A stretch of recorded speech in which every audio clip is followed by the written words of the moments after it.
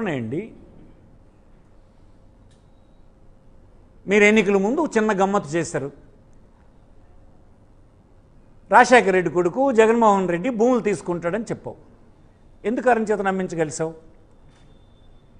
ఆనాడు మేము చేపట్టినటువంటి సర్వే స్టోన్ మీద మన జగన్మోహన్ రెడ్డి గారి ఫోటో పెట్టామని అది చూపించి, రైతులకు ఇచ్చిన పాస్బుక్ మీద జగన్మోహన్ రెడ్డి గారి ముఖ్యమంత్రి ఫోటో ఉందని ఈ రెండు చూపించి ఆయన భూమి తీసుకుంటాడని ఎన్నికల ముందు ప్రజల్ని ఆలోచించడానికి వీలు లేకుండా నీకు అనుకూలంగా ఉన్నటువంటి మీడియా ఛానల్స్తో భయభ్రాంతులను చేసి నమ్మించి అధికారం చేజిక్కించుకున్నారు.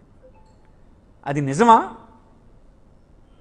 జగన్మోహన్ రెడ్డి గారే కాదు, ఈ దేశంలో ఈ రాజ్యాంగ పరిధిలో పనిచేస్తున్నటువంటి ఎవరైనా అలాగ భూమి తీసుకునే అవకాశం ఉందా? ఇన్ని సంవత్సరాలు ముఖ్యమంత్రిగా పనిచేసినటువంటి మీరు, రెవెన్యూ మంత్రిగా పనిచేసిన అనుభవం ఉన్నటువంటి మీరు చెప్పగలరా? ఆనాడు మీరు విజయం సాధించారు. కొన్ని సందర్భాల్లో